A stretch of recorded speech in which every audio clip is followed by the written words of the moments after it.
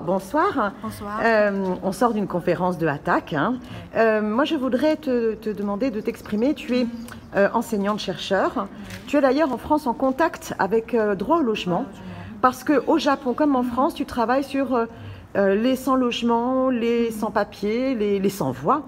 Et alors justement ici, depuis la catastrophe de Fukushima, il y a énormément d'hommes et de femmes qui ont été déplacés en fait, qui ont dû quitter la zone de contamination. Et donc quelle est la situation aujourd'hui pour elles, pour tous ces gens-là?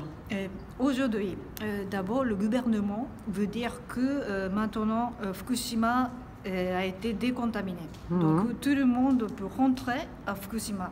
Et pour dire ça, d'abord pour les réfugiés de Fukushima, il y a deux groupes de personnes. Ça veut dire là, c'est donc dans la zone interdite, donc ils sont obligés de partir. Et les autres, ils ont choisi de partir de Fukushima parce qu'ils ont peur de la pollution. Ouais.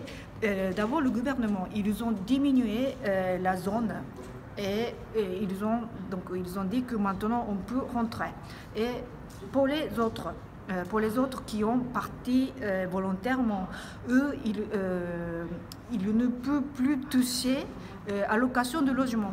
Jusqu'au mars de cette année, le gouvernement a payé une partie de loyer pour les personnes qui n'habitent pas à Fukushima, parce que ce sont des personnes qui ont choisi d'habiter à l'extérieur de Fukushima. Mais pour faire rentrer à Fukushima, le gouvernement a coupé complètement allocation de logement pour ces personnes. Et il y a des personnes qui ont été virées de logements sociaux. Parce que maintenant, il n'y a plus rien d'aide